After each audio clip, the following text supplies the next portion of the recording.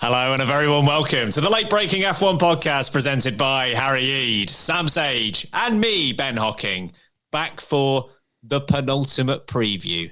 That's a penultimate preview. It's a nice tagline. Is that a new podcast we're doing? Yeah.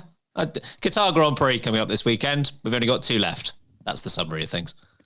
That's the end of the show. Cheers for coming, guys. Thanks.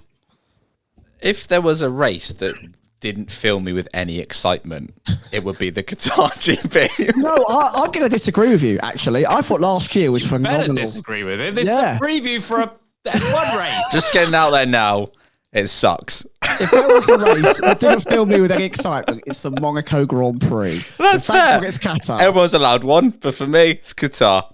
It was so good last year. What's the problem? No, it wasn't. Everyone was dying. It was boring. That's good. Everyone was hot and dying. No, it isn't hot. My tea. We spent too long talking before we started the show. And That's a disaster. It's going to be a long episode, isn't it? If the Qatar GP was a tea, it'd be a lukewarm tea. Tepid tea. All right, I've got it out of my system. All the alliteration earlier. This We are. I love that. Ben, is there something in the bio they should check out?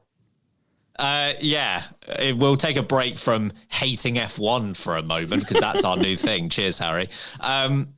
The holidays just around the corner, which means it's time to... Holidays are coming. Thank you very much. Time to think about gifts.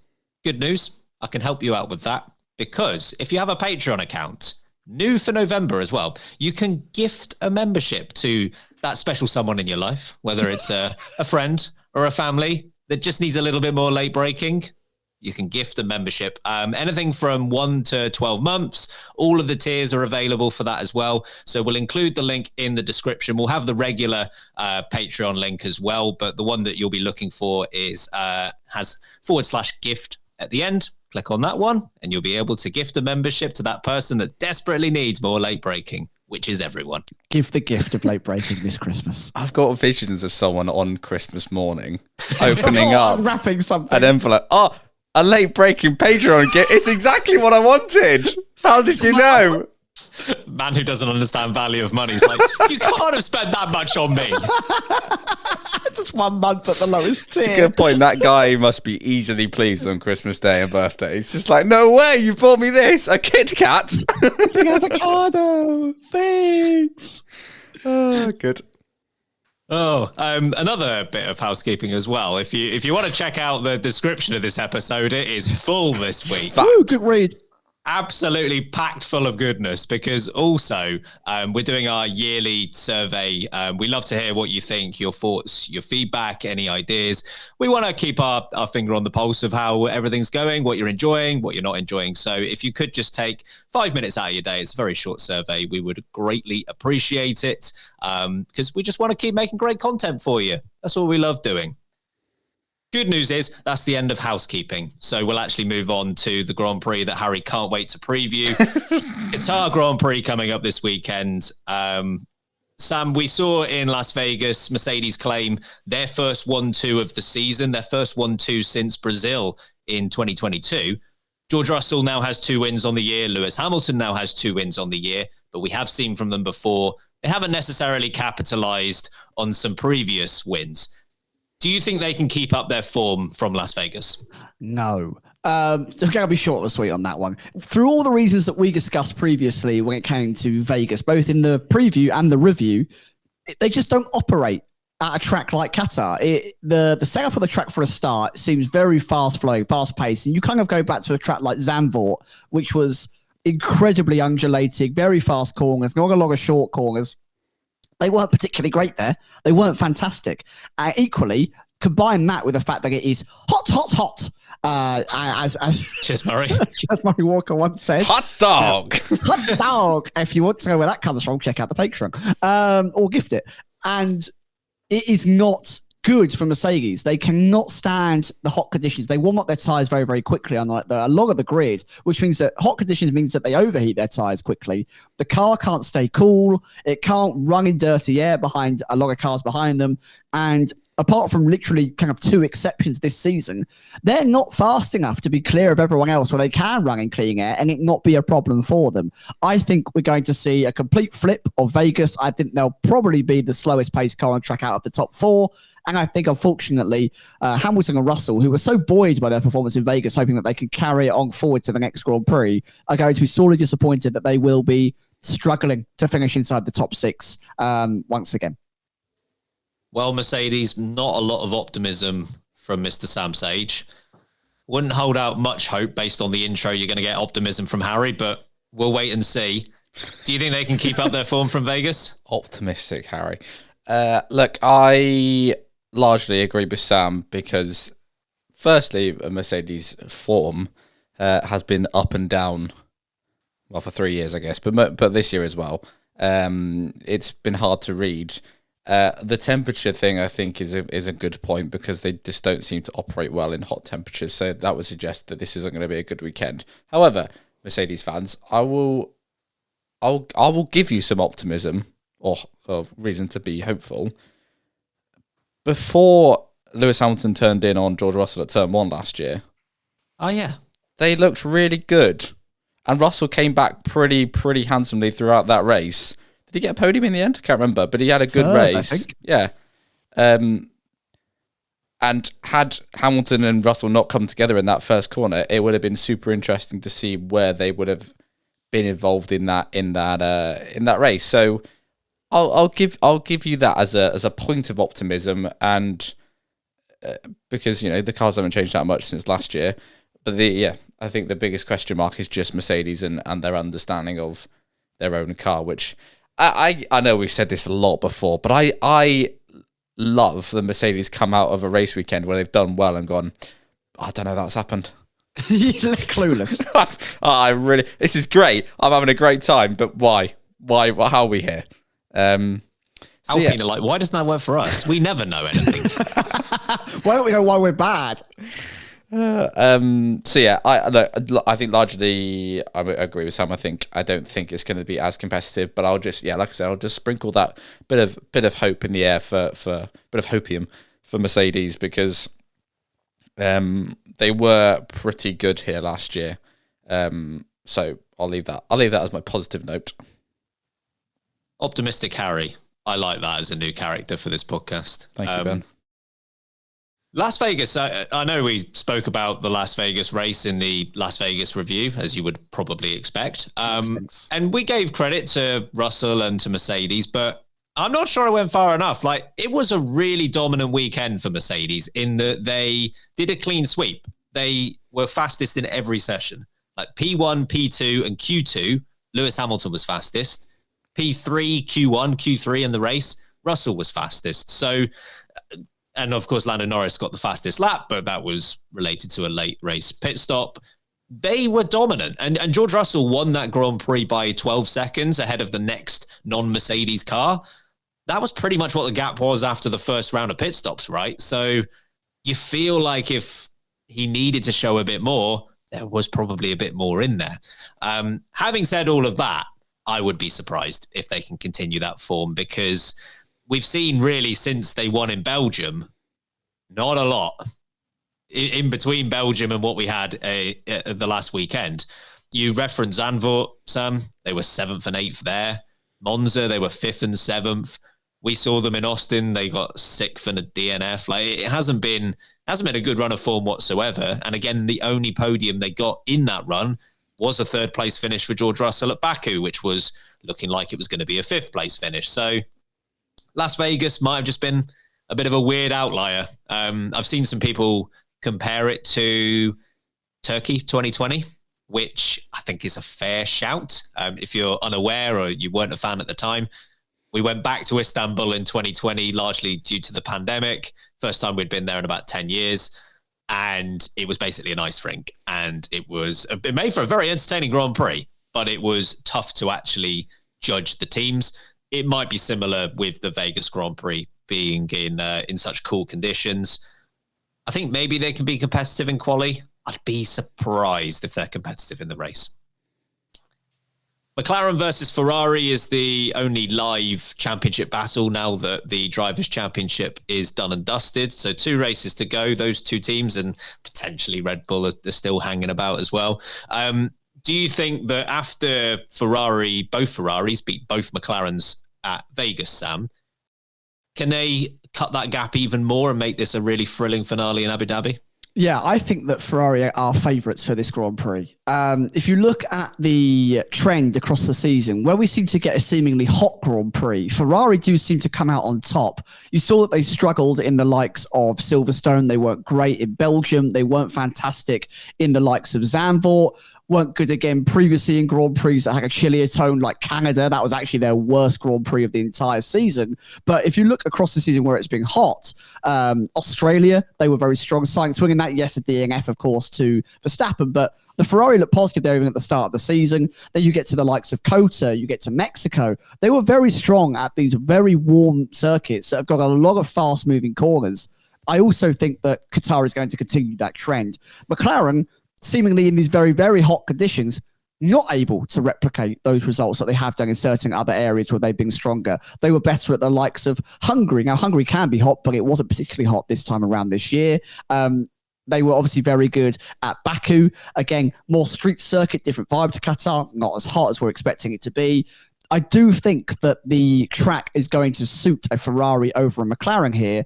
Plus, I think that the Ferraris are buoyed by a series of positive experiences here. They've had a great run of results, even in Brazil, which was such a kind of a lottery of what result you might get. I think they can take that one with a pinch of salt and go, oh, well, it's one of those races. You crash or you might win. Who knows? That was kind of McLaren's best result in comparison to the two of them, which is odd to say, despite neither of them finishing anywhere near the podium. It's not been a good run of results from McLaren. They are fumbling this a little bit with 2 races to go. And I think even if McLaren get the car build that they want, of course, in Las Vegas, they were able to reapply the Baku rear wing. They were running a different system. Even if they do get the setup they like, I don't know if it's going to be enough, but they were absolutely phenomenal here this time last year. Of course, Piastri took the wing in the sprint race. Norris took the wing in the main race, I think, which was... He fumbled it, didn't he? Yes. He bottled his qualifying, yeah. Why am I not shocked? Anyway, they were pretty quick round here. There's a chance it could be very quick here again, but I do think that the ball is in Ferrari's court, and I think the gap can be comfortably cut down. On that point, it's pretty mad to think that Norris's first win was only in May. Yes. This year. Yeah, that's mad, isn't it? Yeah. Well, you've already referenced Hungary. That was essentially a battle between either giving a driver in Piastri his first win or Lando Norris's second win. That's crazy. Yeah. What do you think, Harry, going into this race and thinking about Abu Dhabi as well? Do you think it's more likely that Ferrari are going to make this a really competitive fight going into the last race of the year? Or do you think that McLaren might seal it, might clinch it here? I think Ferrari I would say are the favourites going into this for the reasons you mentioned, Sam. I think the hot temperatures are going to suit them. That car seems to be working well generally everywhere. I know Brazil wasn't strong, but it wasn't terrible, and also it was a pretty topsy weekend in terms of the weather. But again, they were strong in Las Vegas, which is a totally different track/temperature to what we had in Mexico and what we had in Austin. So that car seems to be working well in all conditions. So I think you'd fancy them for the win this weekend, which will give McLaren a headache. McLaren, I think, will also be very strong. And Sam, you mentioned they were very good here last year. They're very good at these types of circuits. I think your Silverstones and stuff like that. So the high speed is going to suit them, and they need just a trouble-free weekend. Trouble-free. They don't have to be the fastest. They just need to be faster than they were in Vegas, and as good as they were in Brazil, but just without that trouble. Just have a clean race. They've had I think two issues where over the past races. One was Brazil. They were quick. They were fast but silly, and then in Vegas they were slow but also silly. So in Piastri's sense, I should say, but slow but silly. You can't be slow but silly. Slow but silly. That's a terrible approach. So yeah, they just need to be a weekend here where they're going to be fast, and I think they will be, and just to keep out of trouble. And even if Ferrari win, even if they ever won to, just be there, like third or fourth, or even fourth or fifth, but just be in touching this distance. So yeah, I would suggest. I think Ferrari will be the favourites going into this one. But yeah, it's going to be. I think it could be an interesting battle between the two teams. I think McLaren are favoured. I think this might be a chance for them to seal this one. Whether they do or not remains to be seen. But I rate their chances going into the Grand Prix. There are a lot of medium and high speed corners at this circuit. And I think that plays to McLaren's strength. Ferrari typically very good in a straight line, very good in low speed corners. It's why they were very good at Monza, as an example. But that's not really a factor here. So many of the corners are either medium or high speed. And I think that does actually play to McLaren's strengths rather than Ferrari's. And it's why I felt that the 3rd and 4th place finish at Las Vegas for Ferrari was something of a missed opportunity for them, because with McLaren, they just didn't suit the Las Vegas circuit whatsoever. And Ferrari only slightly took advantage of it. I think there was an opportunity for them to do more. Also, I mean, the good news for McLaren at this point in the season, with the advantage they have points-wise, is similar to the advantage that Verstappen had in the Drivers' Championship, where they need Ferrari to drop points, but it doesn't even really matter if it's them that's causing it. So, obviously, in Las Vegas, it was Mercedes that were putting Ferrari 2 positions further back than what they would have been. And again, we might get something like that this weekend. Red Bull have had a pretty rubbish car for the second half of this season, but one thing that they have maintained, they are pretty good in high-speed corners. So if either Mercedes or Red Bull can get in the mix with the likes of Ferrari, it wouldn't even necessarily need to be McLaren that's stopping Ferrari winning this Constructors' Championship. The one potential saving grace, and this kind of goes back to the point of high temperatures, Ferrari have typically this year, Las Vegas notwithstanding, Ferrari have typically been the best of the front runners in terms of tyre wear. So if we are getting another race like last year where there was a mandated 3-stop strategy, I'm not expecting that to happen again. But tyre wear was very difficult to deal with. If that is the case, maybe Ferrari take advantage of that. But I think McLaren, I'd maybe slightly favour them. Shall we do some bold predictions? Gather around, little children, and listen to my song about my F1 bold predictions and how they'll all be wrong. After I got 2 points at Las Vegas, I'm still... I'm not letting that slide. I'm not letting that slide. 1 point. The funny thing is I don't care at all. I'm just trying to wind him up at this point. Refused to come last 2 years in a row. Sam, what have you got as your bold prediction? I missed it. Sorry. What was your bold prediction in Vegas? My bold prediction was that a Mercedes was going to be in the top 2, and I saw 2 Mercedes in the top 2. So yeah, fair point. 2 points. Double points. Well done, Vegas, yeah. I think there will be 10 cars in the points. So if I see 10 cars in the points, I hope to get 10 points. In the sprint race. Imagine. That'd be where I think stipulate. I forgot it was real a bold sprint. prediction. I could do that. Sergio Perez will get a podium. It's been a minute. He has scored since Spain something like 46 points. And Verstappen has scored over 200 in that time frame. It shouldn't be bold. But it's bold. Do you know what's damning, apart from everything? Everything? Yes. Since, I think, Miami, Perez has not had a top 5 finish. Miami was a long time ago. That was in May. Yeah. That's when Lando Norris got his Yeah, first he got his win. first win. Maybe he's a curse. Norris won his first race and it's just been downhill. They are the anti-driver of each other. So Perez on the... sorry, are you stipulating which Grand Prix on that one? No. Either of them. A podium. Yeah, but they don't have podiums in a sprint race. Oh. Good thinkings. Harry, what's your bold prediction? You know that sprinkling of hopium I was giving earlier on? Well, I've run out. Oh. Neither Mercedes will be in the top 8. Again, are you stipulating In the which race, one? sorry. In the race, yeah. Neither in the top 8. Nah. They're going to take each other out again. I'm not saying how it's happening. My bold prediction is that there will be a clean sweep at the weekend. So a driver, and I'll let you know who I think it might be, but I'll take any driver. A driver will get sprint pole, sprint win, pole, and the race win. I don't care about fastest laps, but those 4 sessions, the same driver will win all of them. This is a good week for Baldy Peas. We'll see. Let's move on to sprint pole, sprint win, pole 1, 2, 3. Everyone's favourite segment on one of these sprint weekends. Yay. Sam, what are you going for? Sprint pole, Norris. Sprint wing, Leclerc. Pole, Leclerc. Wing, Leclerc. Second, Sainz. Third, Perez. I think I followed. Harry. There's so many names. Yes. Sprint, pole, Carlos Sainz. Sprint win, Charles Leclerc. Pole, Charles Leclerc. Win, Charles Leclerc. Second will be Carlos Sainz, and third will be Norris. And I'm going with sprint pole, sprint win, pole, and the win to Max Verstappen. Second, Lando Norris. Bold enough, Third, Oscar Piastri. That has a lot of banter. You know what? It's quite a bit of banter. If Verstappen's not drunk out of his mind from celebrating the championship. There's part of me thinks he just won't turn up. Yeah, not a bit the worried point of about doing it. Yeah. Perez can pull its weight. I just love that George Russell celebrated the win more than Verstappen celebrated winning a fourth title. Yeah.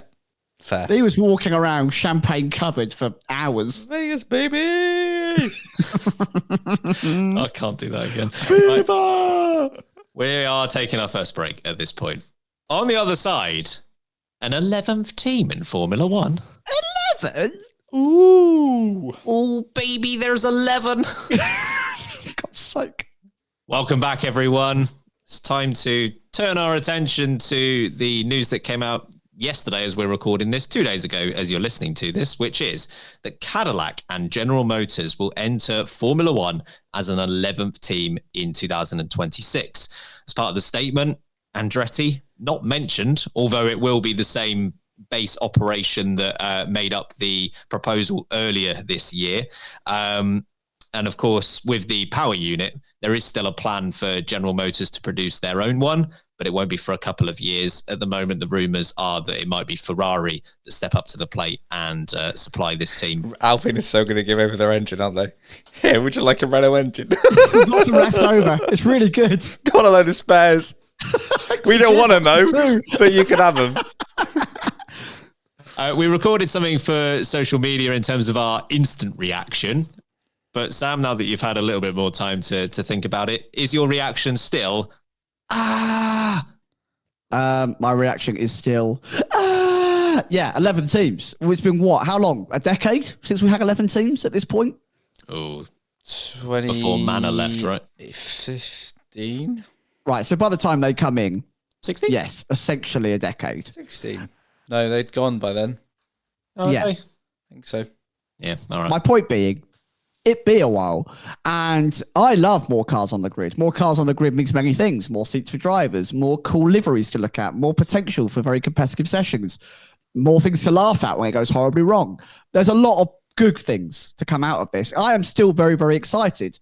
Also, absolutely love that we're getting more American support in the sport. I've seen a lot of memes about, I am the captain now as Andretti and Cadillac. There you go, remember my first Andretti mistake. Cadillac and Haas. Look at me, Haas. I am the American team now. And that's been going around, and we'll see how Americanized Cadillac/General Motors go. But it's a very fascinating entry. Of course, there was a lot going around with this entry where, Andretti tried to come into the sport. They were told they didn't bring enough value into the sport. Andretti then steps aside, and then I've got his name here because it's hard for me to say, which is that Tauris, Dan Tauris, that's his name. Thank you. Sorry, I always forget his name. Dan Tauris was handed the reins, and then it seemed very quickly that a lot of changes seemed to take place. And I think the most interesting catalyst about this taking place is, of course, we had a certain individual whose, again, name I can't bloody remember that we're talking about on Patreon, Ben. Brian Burke. Yeah. Is it Rob Marshall? Go on, Rob. It's Rob Is Marshall. it Mahatma Gandhi? Or the game No, Worms? Go and watch Beer Breaking or subscribe to Patreon if you want to understand that joke. Good. It's Greg Maffei. Or Maffei. How am I meant to say that? How am I meant to say that, guy? Maffei. Maffei? Greg Maffei, hello. Oh, for God's sake. This was meant to be a good point to talk about. Is it Maffei? Yeah, I believe so, yeah. Right, good. Greg has. It was the first guy again. Taurus. So Dan Taurus has taken the Just reins. say Dan and Greg. That's fine. At that time, Andretti, and then Maffei has stepped aside. Greg has stepped down as well. Now, originally, it looked like the conflict was actually between Andretti himself and Maffei, which means that those barriers to entry have gone, and Taurus is now partnering up with, of course, Cadillac and General Motors, and someone inside of Liberty has clearly gone, yeah, this works. We're going to make it happen now. So it feels like a lot of the politics between these two individuals who for some reason couldn't see eye to eye has immediately moved aside, and it's allowed that immediate entry to come about, which is very, very interesting. I don't know if the rule for Liberty is that they will now only accept some form of a constructor or automotive brand into the sport and no more private teams such as a McLaren, technically, I suppose, is one of them, but or a Williams. But it's very interesting that so quickly occurred after such a long deliberation and stall and kind of no. And then within about a month, you're in. You got everything you wanted. So very interesting to see how that unfolded. Harry, your reaction? I had no idea that the 1993 Formula One season would be quite so consequential on F1, but clearly they all hate Michael Andretti for his very poor run in 1993. Because who do they love, though? His dad. I was going to say Dan Taurus or Greg Mathar. Dan and Greg. What was the game? No, I'm not. That's the only reason I can think of. Why do they hate Michael Andretti so much? It's not even the Andretti name, because like you just said, Sam, Mario's going to be coming in as part of this team still. So the good Andretti, sorry, Michael, that's unfair. The successful one. The successful one in F1, I should say. In F1, yes. Yeah. He's allowed to be involved, but not you, Michael. We hate you, apparently. No reason. Well, it said that he was rubbing people up the wrong way. He's a bit of a controversial conflict guy. He has made some rather negative comments outside of the sport, which I do not agree with. This makes the firing of him or the removing of him stepping aside makes sense now, because clearly that has been the blocker to them getting into F1. Lord knows what he was trying to demand from them if that was the case, but they obviously F1 were not going to play ball unless he was gone. Hence why he has now had to step aside, and suddenly Cadillac are allowed to come in and General Motors are allowed to come in. So look, overall positive result for F1. I'm glad that Michael Andretti was willing, whether he had a choice or not, but at least he was willing to step aside for the sake of getting this entry into Formula One. He's been a big part of it, so that shouldn't be understated at all. But I'm glad his ego was not too fragile that he wouldn't step aside for the sake of that. So I'm glad we've got to this point. We've finally got it over the line. But it is quite astonishing how long this has been going on, and suddenly just that one change. Is it 2 years? This has been spoken about now. It's been just over a year, isn't it? Like it's been quite a while. Well, the Andretti name being associated with F1 has been a long time, because there were rumours of him buying Alfa Romeo at one point. So that has been going on for a while. But I think the FIA approved this. What was it, October of last year? Yeah. Crikey. Anyway, so I'm glad it's over the line. I'm very pleased to see an extra team in F1. I'm very pleased to see another American team in F1, because obviously we already have Haas, but for F1's influence in America, this can only be a good thing. And for a brand as big as Cadillac and General Motors to be involved, this is a big scoop for F1. So I'm sure the story will come out one day about what Michael Andretti was doing to really annoy Stefano Domenicali and the rest of F1, because look, we've all said it makes sense to have this team in F1, and for Formula One, this is a big coup to get this brand as big as that to join the sport. But clearly, they didn't want to do it when it was associated with Michael Andretti. So it's an interesting one. I'll echo what you said, Sam, and it makes me a little bit sad that it seems like it has to be a big manufacturer for them to be able to join and not a privateer team. And I don't like that, because we've seen it so many times that manufacturers will just leave at a whim, because they're controlled by bigger entities than the race teams that go to each race. So that does worry me, and it makes me sad because you want privateer teams in F1. I think it's good for the sport, obviously, if they're competitive. But it's hopefully nothing bad happens there. And also, all the basis has been done already. All the groundwork's been done by the Andretti team, and they're still very much involved. So I'm hopeful that it's not just a marketing exercise for Cadillac and General Motors. So yeah, can't wait. Bring on 2026. An extra 2 cars on the grid. Excellent. To your last point as well, F1 fans, which do they remember more fondly, Jordan or the biggest car manufacturer in the world, Toyota? Exactly. Yeah. I'm very glad about this news. Overall, I think there are still some concerning points. How are they all going to fit in the pit garages at Monaco? Will someone please think of the logistics people? Got a real bone to pick with that. Yeah, I mean, yes. They've clearly lied.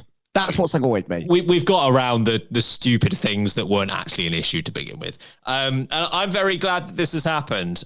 This is, General Motors, they are the biggest car manufacturer in the United States. They are clearly very rich.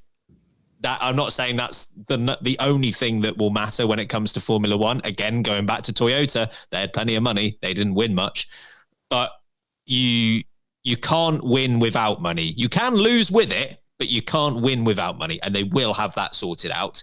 It's still the same base team that Andretti has been building for the last couple of years. They've made massive strides in terms of infrastructure and personnel.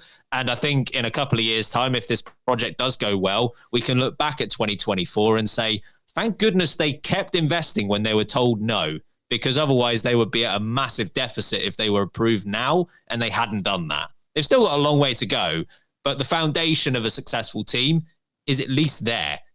I'm confident enough to say, come back to me in 2026. If this isn't the case, this is not going to be another HRT. At worst, they will be back of the grid, but competitive back of the grid. You're right, Harry. Yeah, flickering going over there. Are you going through something? This happened before we started recording, actually. I'm not sure what's going on in the area I live in, but just the lights keep going off. But all is well. Okay. Scream if you're in trouble. I will. If it's too dark and we can't see you on the screen anymore. Or, don't scream if you're in trouble, because audio quality, we've got to maintain that. That's true. We are really, we cracked down on that. I've got to think about the podcast. Yeah, couple of things about GM. One, very intrigued to see their rivalry against Ford, who of course are going to be powering Red Bull, to the two largest manufacturers of cars in North America. So that'll be very intriguing. Secondly, entirely personal on this one, they run 2 different colors in their IMSA/WEC scheme. One is blue, one is yellow. I swear to God, if we have another blue car on that grid and they do not choose the yellow livery, I'm going to be fuming. Now they're going to BAR 1999 it and get the liveries banned. Trying to run 2 on one car. I'll put a zip down the middle of it. They are going to Eiffel the hell out of it and be blue. No doubt about it. Oh, wow. That is niche. They are going to Simon Webb all over the grid. A blue reference. Yeah. Naughty's boy band references here on the Late Breaking Podcast. All rise. Also, I do need to say this. Why did it take until this point to sort this out? This was F1 in January said no to Andretti. And ultimately, what has happened? They didn't want the Andretti name leading this, and they didn't want Michael Andretti in charge. But otherwise, fine. And it took us 11 months to get to that yes. Really? This took a Department of Justice investigation for anti-competition. You could have sorted it over a cup of tea back in January. Why are we still here? You should have mediated, Ben. That'd have been done in a day. I imagine that Mr. Andretti doesn't drink tea, and that was your first hurdle. Yeah. Oh, well. I knew there was a reason he was rubbish at F1. Probably only drinks freedom. Hey, Damon Hill used to drink tea back in the 90s when he was in his car. And guess what? He's a world champion. Guess who isn't? Damn right. Point proven. Yeah. I guess maybe they think having the GM name provides more value. Maybe there was some concern about GM and Cadillac being more of a sponsor, a sticker on the car, than about it being an actual meaningful partner. Like Toyota for Haas. Well, yeah. Speaking of Toyota, actually, Andretti have been using Toyota's wind tunnel in Germany over the last couple of months, which, given everyone else is banned from doing that until January. Oh, please let them come in 26 with an absolute dominant car. It'd be so funny. World champion! You can't finish a race. Yeah. We'll be on pole every week, but he'll crash every time. Speaking of, any early shouts for drivers that might be here? We're about to lose a Mexican off the grid, so get Pato in there. Buy him straight off a McLaren. Also, bring the Herter. We joke about it, but get that game bridge. Bring the game bridge over here. I want it. 2 rookies? Yeah, 2 rookies. They're not rookies. They're more than experienced. They're just rookies in F1. They're good enough. I suspect one Valtteri Bottas has been phoning the Dan Towers. Andretti, please, can I have a drive? And he's like, no, I don't work here anymore. Speak to Dan. How do you get this number? I think they will. I know this is just pure hope again, but I think they will bring an IndyCar driver like a Pato O'Ward or a Colton Herta. It would just Logan Sargent come back. Oh, for goodness sake. It would be good for the brand to do that. And then have an experienced hand like a Valtteri Bottas, or I don't know, another person like that. But someone who's done F1 before. But yeah, a Colton Herta would be good. Oh, it'd be so good. My guess at the moment is they do go one experienced driver. At the moment, I would say Bottas. Has Ricciardo's reputation been damaged too much at this point? Has Sergio Perez's reputation? I reckon they would give Ricciardo another shout. I think he would do it. Well, I mean, if he's available, but I think that there's a chance that they want Colapinto in there earlier, and he gets a big American gig to end his career. I don't think they'd pass over signs for Colapinto, though. I think they'd pass over Albon. If it's a mutual choice, is how it would work. Well, yeah. If Sainz is thinking about leaving, then yeah. But and then I think the other will be the high potential option, which could be Colton Herta, Jack Crawford as well. If they're looking for someone US, someone American as well. Jack Crawford's currently in Formula 2. I believe he's part of the Aston Martin junior program at the moment. He might be an option as well. Equally, we've got a couple of Formula 2 champions that are not on the grid and haven't been given an opportunity. Who are they? Felipe Drugovich, and he's the only one. Yeah, so don't get me wrong about the other one. That makes sense. Yeah. So we'll see. I mean, there'll be plenty of more discussion about this before they enter F1 in just over a year's time. We'll get to that when there's more. Should we do F1 Fantasy before we hit our second break? Yeah, I'd love to do F1 Fantasy. Oh, go on then. Okay. Congratulations, firstly, to the winner from Las Vegas Best in our name league, ever. which was Dunder Mifflin Paper Incorporated. Well done. Dunder Mifflin, the people person's paper people. Close enough. Top 3 overall. The Fiat still leads. Fiat Cinquecento leads the way, but only 8 points over It's All Gone Wrong. Sweet Papayas still in the fight, 39 points back with just 2 races to go. Here's how we're doing. I was umming and ahhing about what to do about my team, whether to go full Ferrari or not. And in the end, I did. And I'm so glad I did, because it has gained me 1 position. Big risk, have big rewards, Ben. 137th. Kirsty maintained second place in the championship. She did go down 5 positions, but still 245th. Sam, up 16 spots, 3, 6, 7. You and Beef are fairly close in this thing now. Yeah, I'm going to take her out the back and thrash her, because I've got to beat that piece of meat. God almighty. You know when you say something? Oh, that came out really bad.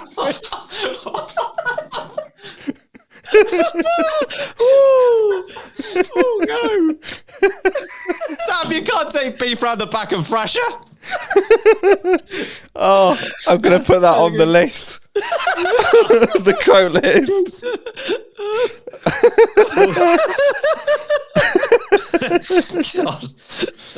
Oh Lord! That's what I said. Goodness me! And then what? And then do what in the fantasy? Beat her. Oh, dear. No. Okay, so Sam, you are up 16 positions, 367th. Harry, up 16 positions as well. Way! It's another gain. 1,453rd. All to And play you'll for. remember my challenge for you is to get into the top 1,400. So 2 races to go. You're still going to have to make some more progress. What am I now? 1,400. 53. Oof. You could do 53 places in 2 races. You can do it. I don't think anyone back there's playing anymore, so you've got this. Just beating the people that aren't doing anything. Fair enough. To be fair, I didn't actually change. I looked at my team. I went to change it, and I was like, do you know what? I'm happy with it. So I'm just going to leave it. Good stuff. Seems to have worked. Thank you very much to everyone who has joined the league. Of course, just 2 races to go. We'll keep you updated as to how we do at the end of this season. We will now take our second break on this episode. On the other side, it's Under Pressure. Welcome back, everyone. Of course, because it is a preview episode, we're doing Under Pressure submissions where we give a driver or a person or a team who we think is under pressure going into the weekend's race. And we have got thoughts from some of our Discord submitters as well. But we'll start with ours. Sam, who or what is under pressure? He's my Baldy P and he's my under P as well. It is Sergio P. If the man wants to drive... Sergio Money. P money! If he wants to drive for next season, he's got to start performing. He's been on a monumentally bad run of form. It might be the worst season he's had in a Formula One car for as long as I can remember. It really is dire at this point. The fact that we've got a record broken of multiple time race winners and they're every single other driver inside the top 4 teams, and he's not even on one at this point.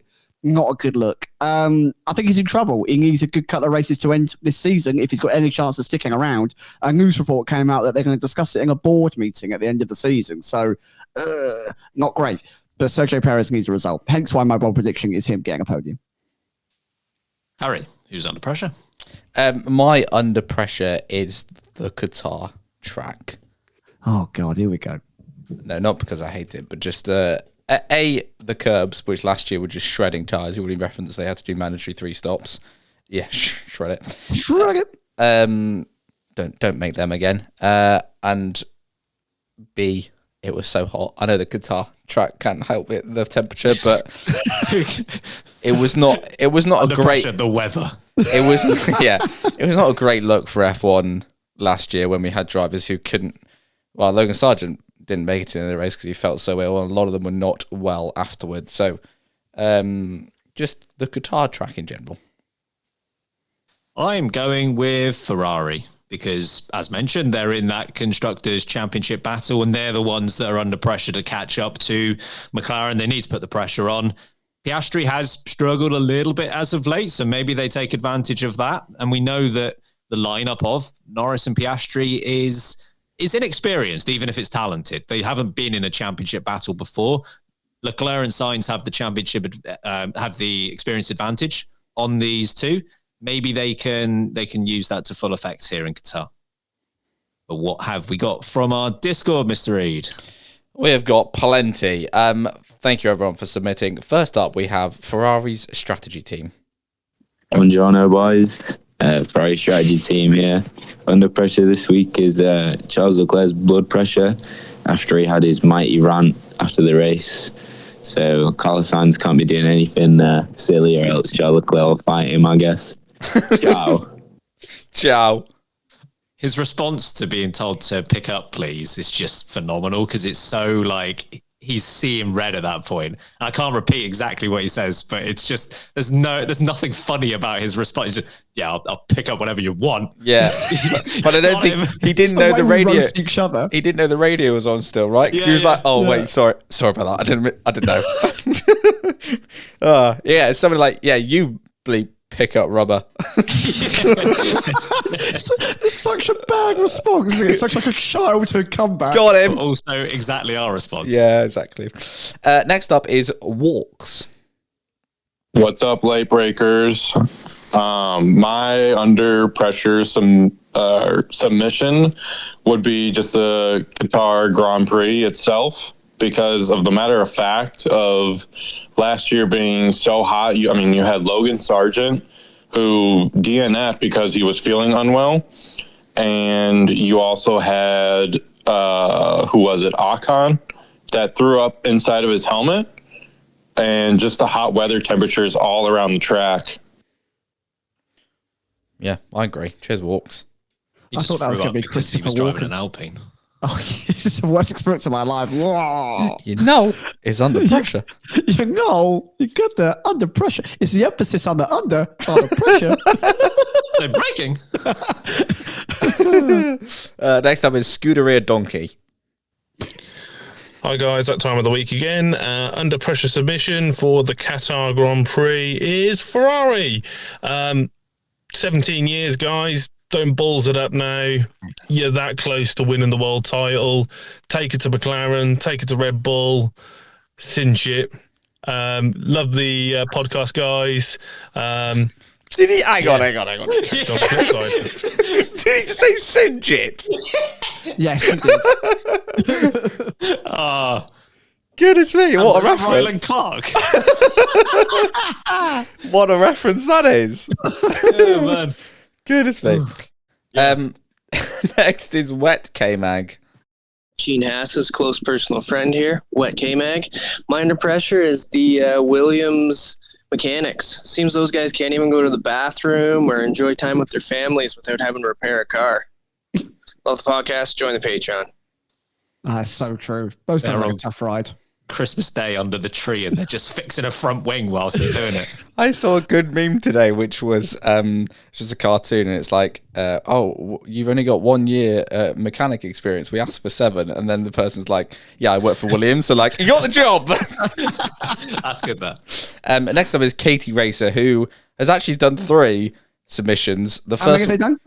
oh, sorry, they've done 3 submissions. The first one was 23 seconds. The second was a second. And then the last one was 31. I'm told by producer Kirsty just to play the last one because there were some mistakes. But I admire the dedication. So thank you, Katie. Here we go. Trying this again, guys. Sorry. The cat keeps jumping on my lap and screwing up my holding down the microphone. Love the podcast. Highlighted my week. New to it this year and a very happy Patreon subscriber. My under pressure nomination is Ferrari. Come on, guys. Show us you can get it done right across the board for just one race. Strategy, no screw-ups, and forget about team orders. Let Carlos get the points if Charles can't. No more whinging. Goddamn right, Katie Racer. Yeah, and hello to your cat. Hello to the cat. Next up is Break Late or Go Home. All right, boys, break late or go home here. My under pressure this week is the Australian pastry. He's been a bit anonymous recently, so he's got to show up and help McLaren win that Constructors Championship. He does. He's right. He's a pastry. Excellent. Like a croissant, he should rise. Good. Next is Here for the Beer. Under pressure this week, Ben Hawking. Ooh. You got one bold prediction correct, so you're no longer the Sauber of the team, but can you get 2? Probably not. No. Here That for the voice. Beer is incredible. That's an incredible voice. That is like a movie trailer voice. Can we have more of that, please? Can you do a trailer for the Can you do a late late breaking movie trailer, like intro, please? Yeah, 30 love seconds. Like, 3 men, 1 podcast. I want that kind of thing. Here for the Beer. Thank you for that. Great stuff. Next up, finally, actually, I should say, is Hanny Boy. It is Annie Boy for another under some pressure. I would say it's the entire F1 grid now that Big Daddy GM is walking into the room. Good luck. Europe, America has entered the building. Big Daddy General Motors. It sounds like he should be with the Cookie Monster. Oh, Hanny Boy. That was excellent. Thank you. And thank you to everyone who submitted. Did you burp at the start of that? Oh, dear. As Harry says, thank you very much to all of our Discord submissions. We try to get through as many as we can on a weekly basis. So if yours wasn't played this time out, don't you worry, keep trying. And we will try and get through as many people as we can. Keep trying. Keep trying. Always Keep trying. me. Yeah. Chip keep away trying. at it. Chip It's away. a privilege, goddammit. Yeah, exactly. No. Let's move on to something we somewhat spoke about on the review episode, but haven't really given it much time yet, which is Max Verstappen won a Drivers' Championship at the weekend. Did you hear? He didn't make a big deal out of it, so no. We didn't. Well, we're at least on our next Patreon episode that we're recording directly after this. We're going to run through our top 5 most defining moments of Verstappen's 4th championship season.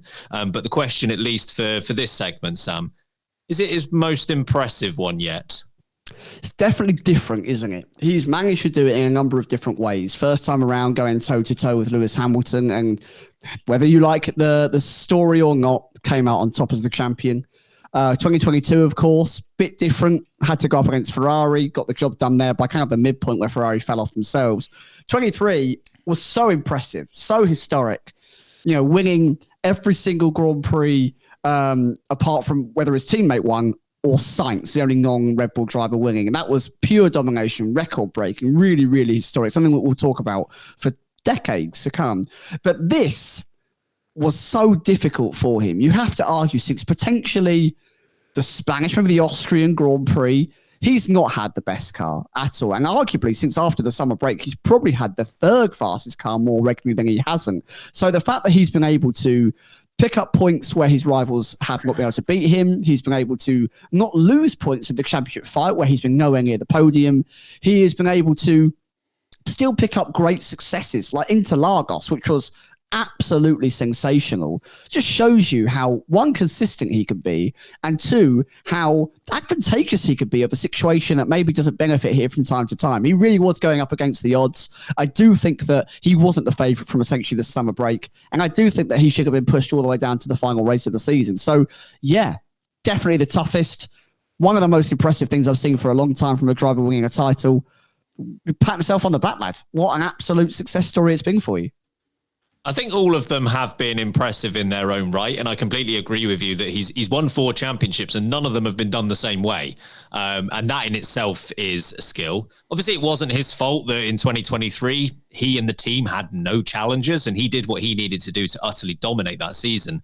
But if you're asking me what is the most impressive season he's had to date, it's probably this year, because that car has had different periods of success and lack of success, and he's adapted to it each and every time. If you think back to the first 5 races of this season, 5 poles, 4 wins. When that car was dominant, he took advantage of it. And I do want to say as well, there are understandable, and I agree with them, there are understandable comparisons from this season to 2009 with Brawn, and how you get out to a strong lead early, other teams try and catch you back up but run out of time. And it's valid. But with Brawn in 2009, I feel like they had the fastest car for like the first 7 races or so out of 17 in the year. Here, this year, they only had the dominant car for 5 out of 24 races. It really wasn't that long that they had that dominance. And yet the way he was able to take advantage of that early on has allowed him to race the way he has for the rest of this season. Then you get the car going into this still good enough to win, but only just territory, which when you look back at it, I actually think was the most impressive part of the season. When you consider 3 and 4 races, he won Imola, Spain, and Canada, and he won those 3 races by a combined total of less than 7 seconds. Like, they were all narrow wins. And if you were and Norris was second in all 3 of those. If you flip those results and give Lando Norris the win in those 3, going into Brazil, Verstappen would have had a 5-point lead. Like, that's how crucial those 3 races were, that he was able to hold off Norris in those. And then, of course, as you kind of mentioned, Sam, as the car has got increasingly uncompetitive throughout this season, he's done what he's needed to do. And he's ground out results, right? He's finished second at Silverstone, which still might be one of his most underrated performances of the year. He was second at Zandvoort, second at Singapore. Even though he was a mile behind Lando Norris in both of those races, he still did enough to beat everyone else. And then, of course, Brazil really was the cherry on the top of the cake when it was wonderful what he was able to do there with that performance. So it wasn't perfect. He did have a few blemishes. Hungary is probably the most noticeable one from my side, but Mexico, where he was penalised 20 seconds, and Monaco, where he messed up qualifying enough that he couldn't make any progress in the race. So there were blemishes. But if on a 24-race calendar, you can count the number of mistakes on one hand, you've had a very good year. Harry, most impressive season to date for him? Yeah, I agree with you. I was going to say as well, on those, you mentioned the first five races, 5 poles and 4 wins. The one he didn't win, it wasn't like he didn't come second. He didn't have any points because he retired. So it was dominant, and he lost out on 25 potential points there. So very impressive start of the season. I agree. I honestly, from like Imola onwards, I think he was fighting with a car that wasn't as quick, because Imola, he was being challenged by Norris.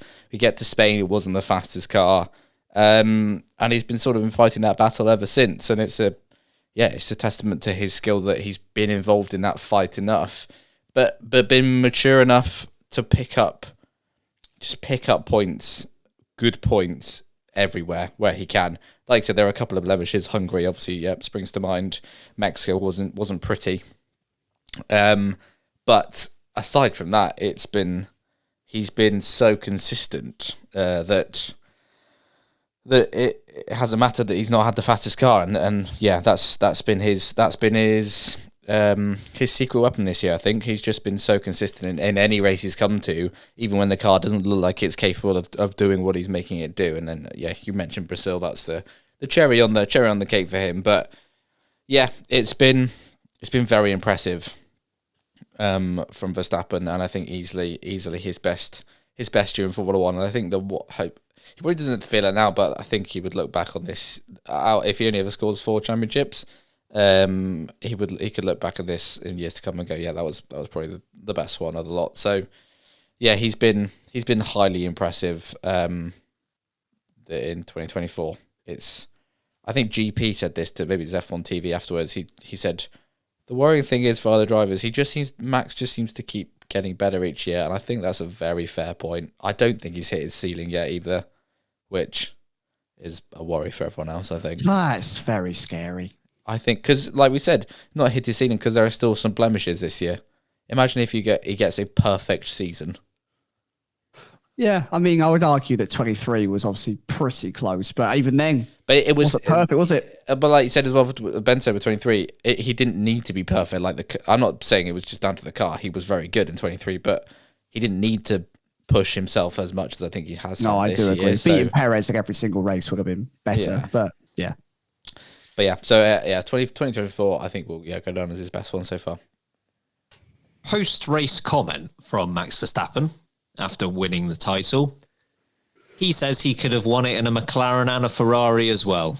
Sam, agree? Yeah, I do agree. I don't think he's wrong at all. And I said it in my point that I made about him being very impressive, that I do think this should have gone to the wire. I do think other drivers had the ability throughout the season, but mistakes were made, poor performances, poor results, poor starts, means that points were dropped, where realistically, that was on that specific driver, whether it be Ferrari and the likes of Canada at the moment, not being able to challenge properly, and that poor turn of events, whether it be Norris regularly missing out. You've already mentioned it, but those races, Ben, that you listed, those 3, Norris should probably could have won those, and that would have continued the fight for the championship. Brazil is being another key one. Norris not being able to get past Verstappen in both America and Mexico means that in theory, the title should have carried on going down to the wire. There were numerous opportunities where realistically, the teammates of Norris and Leclerc, who are the closest to Verstappen, could have done more to prevent Verstappen from gaining extra points. Equally, I do think those drivers themselves, Norris and Leclerc, could be doing more. Norris more so. Leclerc was always an outside shout. I don't think the Ferrari ever had the absolute dominance at one point McLaren did. But Norris should be bringing this down to the wire, and I stand by that. And I think he's right to say, I have won the season in that McLaren. They're first in the title championship. Ferrari is second. I do think he could have done it. I was going to say, I know you. I think you're right on your analysis on the comparison versus 2009, Ben, because it's been a harder job for Verstappen than I think it was for Button and Brawn. However, I think the similarity that I would use is where Verstappen has been consistent, all of his other rivals have just been like chipping away at each other the whole time throughout the season, because there was never, I know Norris emerged as the main contender, but it was never consistently the main contender for the whole year. And you had the likes of Charles Leclerc taking wins. The Mercedes decided to turn up in the summer. Piastri was there for a couple of races. Carlos Sainz took some race wins. And I'm not saying that's, Verstappen was helped along the way, but he was always very consistent with his scoring, and the rivals that were beating him was never the same rival each race. They cannibalized each other, right? Yeah, and I think that's where, in the same way this happened in 2009, where even when Button wasn't having good races, it would be a different winner. You'd have Barrichello, you'd have Vettel, you'd have Webber, you'd have Hamilton. So I think, but that again, that's a testament to Verstappen's consistency. Where the other drivers couldn't do this, he was always there. I tweeted this out, and it doesn't seem real, but if Mercedes win this weekend, they will have the most wins after Miami of all teams this season, which is baffling. But it goes to your point of how these teams are just eating into one another, that can be true.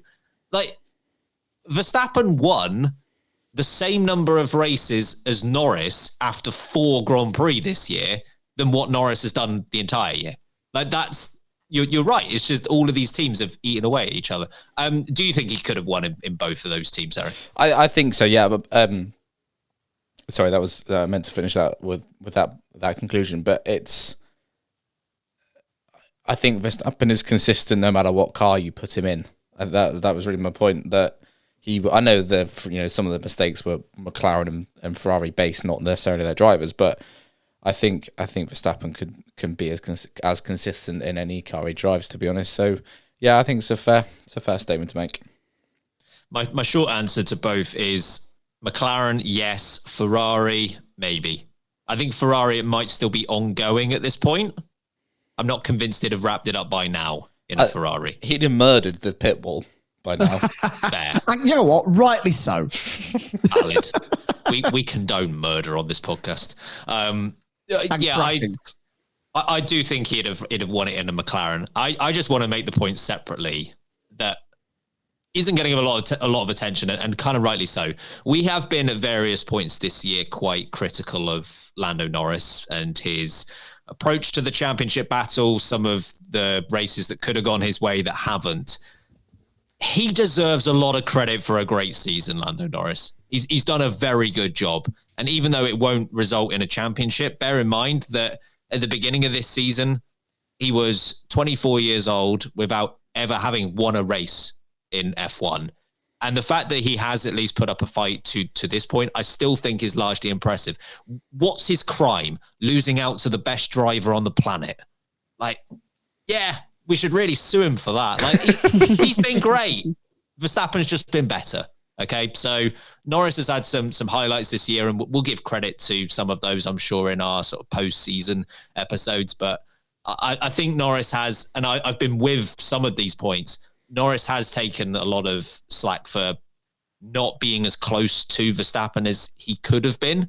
And it's fair, but equally, he still had a great season. We can call someone great and someone else excellent. That is allowed. It doesn't have to be Verstappen has been brilliant, therefore Norris must have been awful. Check our power rankings and where he sits on that, yep. Right? Says everything you need to know. Damn right. Let's take our final break on this episode. On the other side, we've got a game. Let's wait for revealing the name of it. Oh, I get why. You've got to wait for that. Welcome back, everyone. It's time to play everyone's favourite game that no one's ever played before. It's time for Franc-o or Franc-no. This reeks of a long no, a long yes. There's no jingle for this, but I thought do that intro again, Ben. Okay. It's time for everyone's favourite game that no one's ever played before. It's Franc-o or Franc-no. Oh. Sorry, you're expecting applause then? Really stolen his thunder there. Franc-no to that. Might just not play this anymore. Yeah! Oh, sorry, no. You don't even know what it is yet. It's give Harry Eid £1,000 for every question. Bit of a quick fire game to end this episode. So Franco Colapinto has only been in F1 since the Italian Grand Prix, but since doing so has impressed some people, both at Williams and also at other teams on the grid. Rumours that even though a 2025 seat might not materialise, that maybe the likes of Alpine, the likes of the Red Bull program, are interested in his services. So I wanted to ask the question. I've got some names of drivers in front of me, and we're going to give our verdict. Next 5 years, if we were a team principal, would we take Franc-o or the other driver in this scenario? So we're going to start with Yuki Tsunoda. Sam, next 5 years, who would you take of those two drivers? I'm going to go with... I'm going to go with Franc-o. Yeah. I'm going to take Franc-o.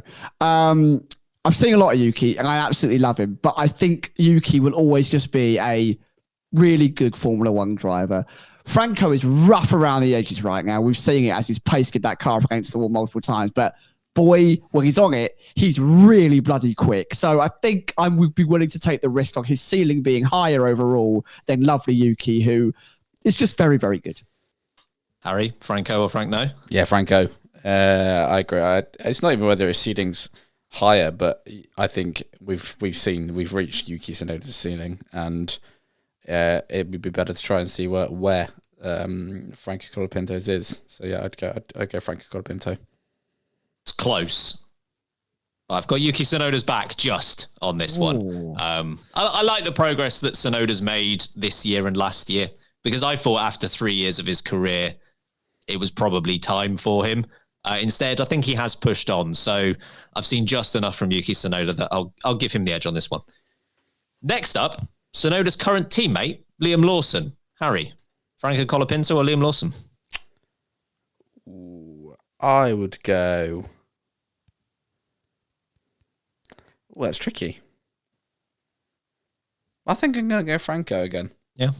Yeah, Liam Lawson was impressive last year. He's impressed me less since he replaced Ricciardo, and I'll give him the benefit of the doubt because, again, it's a mid-season, off you go, son.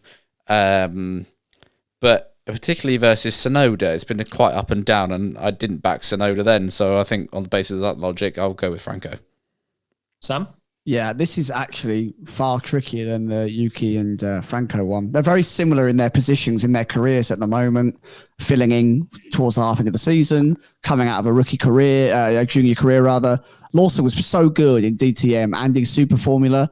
Franco's junior program, not as glittering, not as shining, but equally the success in Formula One makes me think that there could be more. I'm going to go with Lawson. I think that Lawson has got a bit more about him, breadth of skill rather than maybe outright total speed, which I think Franco maybe edges him on, but I'm going Lawson. I was really worried about putting this segment together and having the same answers for all of them. So I'm glad 2 in and we've got some differences. I am going for Colapinto on this one. I've just about seen enough from him versus Lawson that I'd back Colapinto. Bit more of an experienced choice next. And the 5 years thing could be a bit interesting with this one. 37-year-old Nico Hülkenberg. Sam, would you take him or Franco Colapinto for the next 5 years? For the next 5 years, I'll go Colapinto. Love Hulky B. Don't need him at 42 years old. If I have to commit right now to 5 years and I don't get to change anything, I'm assuming that's how the game runs. Yep. I think Colapinto's got a lot of development in him, and I do think that he could at least be as good as what Hülkenberg has been throughout his career, deliver a strong 5 year period. So I'm going to pick the youth rather than the experience. I'll go for the experience. I'll go Nico Hülkenberg. I'm just about confident enough that at 41, 42, Hülkenberg will still have enough. We haven't really seen the regression from him. If anything, we've actually seen him get better as he's gone through his 30s. I'll trust Hülkenberg on this one. Harry? Yeah, I'm going to go Hülkenberg. I agree. I think he has got better in latter years. Yeah, I think we've seen, I don't want to say he's like Fernando Alonso, but we've seen drivers go into that age, around that age now, and still be good and still have it. So I'll say that Hülkenberg would win out.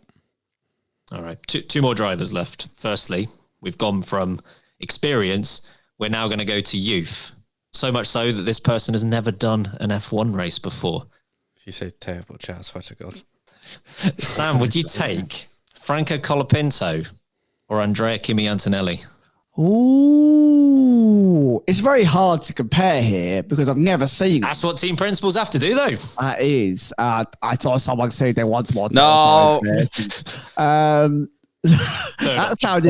sounded more like Jim in the office when he does the Frank and Beans impression. Actually, that was Beans not legend. I actually watched the episode last night. Weirdly enough. Frank Frank and and Beans. One of my favourites. I'm going to go Kimi Antonelli. The junior career is phenomenal. The age difference already tells me he's got way more time to develop. I think if you polish it, there's a real champ in there. I think Colapinto's just very good. Harry? Yeah, I'm gonna go Antonelli. Again, we talked about ceilings before. I just think his ceiling is potentially higher than Colapinto's is. But they apparently both love to just crash F1 cars, which is just good for those guys. Banter, isn't it? Why not? First clean sweep. I'm going to go Antonelli. I'm going to believe the hype. Come back to us in a year because this could look very ridiculous if Antonelli doesn't pan out. But I'll go Antonelli as well. Last name, his current teammate, Harry. Colapinto or Albon next 5 years? Oh, don't like it. I don't want to do it. Nah. Don't like that. The voice crack. I might go Colapinto. Oh. I'm sorry, Albon. Albon's been quite unlucky at the back end of this year as well, which hasn't helped in terms of like recency bias. But just the way Colapinto has come in and given him somewhat, not a headache, but a dull pain. I'll tell you what he's giving him. Something to think about. Yeah, exactly. I'm thinking. He's really thinking about it. So just based on that, I would say I'll go for Colapinto because, again, if you can iron out the mistakes without losing that speed, I could see him being better than Albon. Oh, that's the toughest one. Sam, you can say it as quietly as Harry said it. But you going Franc-o as well, or Alex Albon? Okay, I'm going to say it really, really quietly, everyone. Okay, it doesn't count if it's wrong. If it's mute. That's how things work.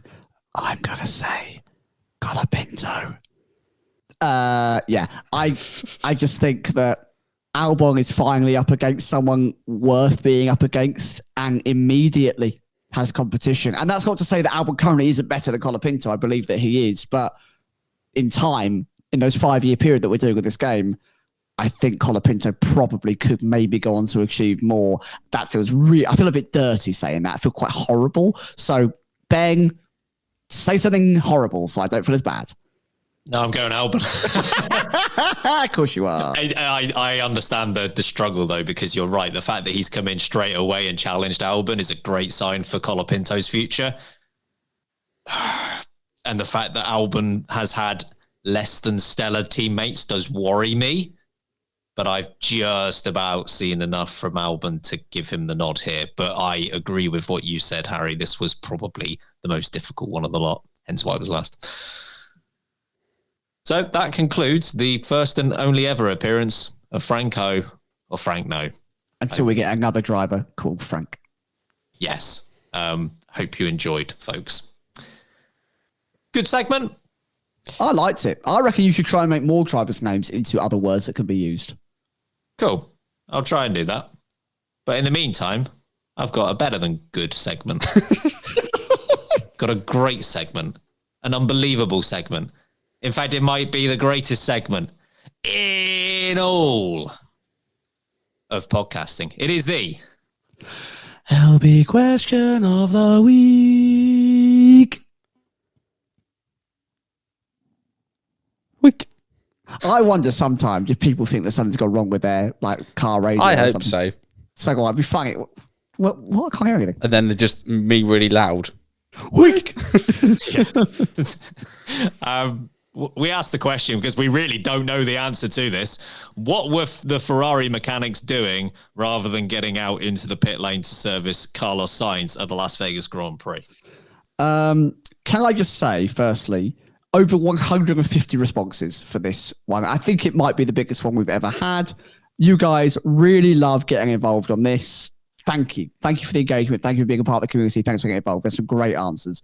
I'm going to kick it off with a great one because we had a good chuckle at it when it actually happened. Sleeping like Harry was on the last podcast. That's from Lydia. I was asleep. And rightly so. I don't even blame you. Sorry about that, folks. Related to that one, Jurian on Twitter said fixing Harry's alarm clock. So, yeah, same vibe. Just become his alarm clock because he needs it. There are a couple here that were, this one from JMH and also from Just Another Dad Life, preparing a welcome party for Lewis, which is savage. Sorry, Carlos. Yeah. Edward said, looking up the phrase, don't pass Charles in an Italian to Spanish dictionary, which is topical. Well done. Like that one a lot. Daniel said they were too busy watching Shrek 2. Honestly. No, I've been disappointed in Shrek 2. Do you think that's what they came to when they walked out the garage? Yeah, they all said that in Italian. No. 3020, obviously, because we're going to die. Okay, question, Mr. Countdown. Hasn't dropped below 3,000, but I swear it's been on 3,020 at one point before. No, it was 3,060 last week, wasn't it? That's my question to this person. Oh, no. The number that you have isn't divisible by 40. No. Because I checked this out. It's not. There's no rhythm to it. What happens when you hit 20? You can't go down to 0. I love up by 40. Yeah. I love that we've got Ben's checks. He's gone, hang on a second. I've stumped him. When he gets to 20, we can't go any further. The game ends. Single-handedly has driven 3 grown men insane on a podcast. Genuinely. Right, good. Nikki D has said, work out which set of Inters Carlos was on at the Brazilian GP. Fantastic answer. Love that. Of course. I like this answer from Felicidad 2010. Collectively holding a long blue stick. oh, God, don't get me started on the guy holding the blue thing. Blue thing. The classic, obviously, putting Otmar's 9 children to bed with bedtime stories. Good. Every week we find a way for that to get in. Can I ask a question? Yeah. Do we have a consensus on how old Otmar's kids are? In my brain, they're all under the age of 1. Yeah. At this point, I don't know. How long have they been around? A year and a half? Yeah, they're about 18 months old in my head. Right. They're growing at actual real time. Okay. All right.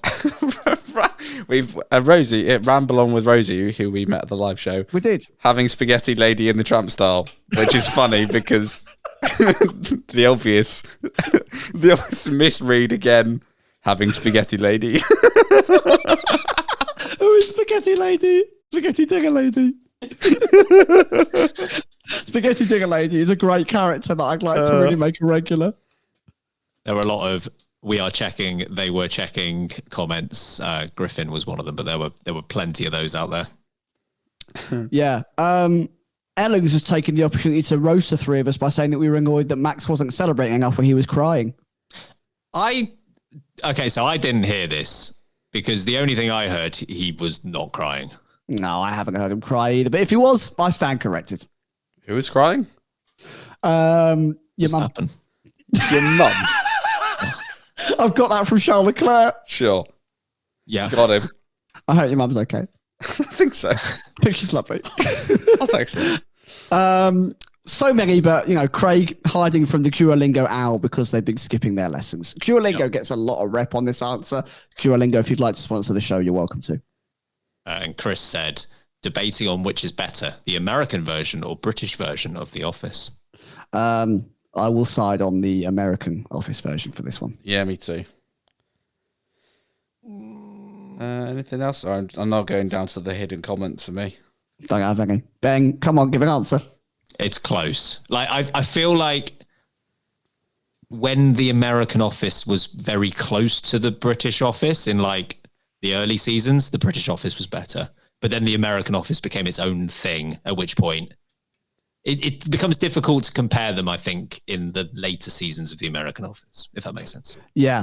Okay. I'm not going to get into an office debate on a Formula 1 podcast. It's a completely different topic. Fair. After an hour and 21 minutes, it's probably not the right time.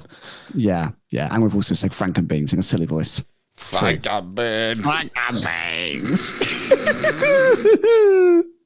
We're not done yet, though, because we've got birthday shout-outs. Happy birthday! Happy birthday to you. Happy birthday. Yeah. How many should we have? We have got 10. 10? 10. God. 10 November birthdays. 10 birthdays. That's insane. Thank you. Thank you so much. So I say thank you because the way you get a birthday shout out on the show is by being a top tier Patreon subscriber. You can send us a message after you subscribe on the top tier. You'll get a welcome message to say, sing us your birthday, and you'll get a shout out. So these are those people that say their birthdays for November. Happy birthday to everyone coming in here. Let's run through them. Hazza, November 18th. Happy birthday. I'm not as happy with you, Hazza, because we lost to West Ham last night and you rubbed it in my face. So just birthday to you. Just birthday. It is your birthday period. Unhappy returns. Very mediocre birthday. Michael Hoskins, November 15th. Happy birthday. Becca G, November 15th. Same birthday as Michael Hoskins. Maybe you can have a joint birthday party, late breaking themed. Mitch, November 26th. Happy birthday. Rosie / Nando's Big Green Tractor, November 30th. Happy birthday. Bragg, 17th of November. Happy birthday. Luke, November 27th. Happy birthday. Is that today? No, it's tomorrow. But as they listen, it's today. Happy birthday! Happy birthday! I hope you listen on the day because that's going to be awkward if you don't. Alex Vicci, November 6th. It was a while ago, but I hope you had a great day. Steph W, 22nd November. Hope you had a lovely day. And Baby Kuhn's mama, November 26th. That's today. Happy birthday! Or yesterday as you're listening to it. Way! Happy birthday! That's all your birthdays. Get them in. We have a great time doing these. I love it. Wow. That was the best segment. This is a contender for not only one of the longest episodes we've ever done, but also one of the most chaotic. It's been a lot. A lot has happened in the last nearly 90 minutes. Sam, if you wouldn't mind, until the sprint qualifying review on Friday, getting us out of here. Folks, thank you for dealing with us for nearly 90 minutes of your life. We really appreciate it. If you'd like more of us in your life, as we've mentioned multiple times, Patreon is below. Or if you know someone that is starting to really get into Formula One and you think might have a good time listening to more content, remember you can gift them a Patreon subscription, which I think is the best gift in all of Christmas gifting. So get on that. Discord is available as well if you just want to fancy a little chit chat. I'm going to be live streaming through all of the competitive sessions across the weekend. Late Breaking Podcast on Twitch. Go follow that one. Follow us on social media, Late Breaking F1. And you can watch this video and many, many others on YouTube, Late Breaking F1. That's it from us. We'll see you on Friday. In the meantime, I've been Samuel Sage. I've been Ben Hocking. And I've been Gregory Mati. And remember, keep breaking late. I'm going to fresh beef.